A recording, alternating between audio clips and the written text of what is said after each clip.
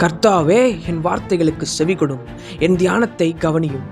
நான் உம்மிடத்தில் விண்ணப்பம் பண்ணுவேன். என் ராஜாவே, என் தேவனே, என் வேண்டுதலின் சத்தத்தை கேட்டருளும். கர்த்தாவே, காலையிலே என் சத்தத்தை கேட்டருளுவீர்.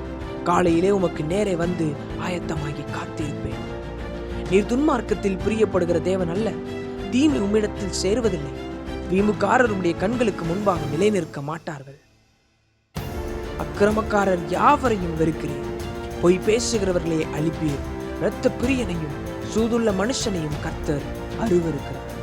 நானோ உமது மிகுந்த கிருபையினாலே உமது ஆலயத்திற்குள் பிரவேசித்து உமது பரிசுத்த சந்நிதிக்கு நேரே பயபக்தியுடன் பணிந்து கொள்வேன்.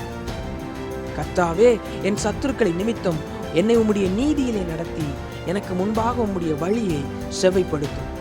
அவர்கள் வாயில் உண்மை இல்லை, அவர்கள் உள்ளம் கேடுபாடுள்ளது. அவர்கள் தொண்டை திறக்கப்பட்ட பிரேதக்குழி, தங்கள் நாவினால் இச்சகம் பேசுகிறார்கள். தேவனே, அவர்களை குற்றவாளிகளாக தீரும். அவர்கள் தங்கள் ஆலோசனைகளின்படியே விழும்படி செய்யும். அவர்கள் துரோகங்களினுடைய திரட்சி நிமித்தம் அவர்களை தள்ளிவிடும். உமக்கு விரோதமாய் கலகம் பண்ணினார்களே, உம்மை நம்புகிறவர்கள் யாவரும் சந்தோஷித்து எந்நாளும் கெம்பீரிப்பார்களாக. நீர் அவர்களை காப்பாற்றுவீர். உம்முடைய நாமத்தை நேசிக்கிறவர்கள் உம்மில் களி கூறுவார்கள்.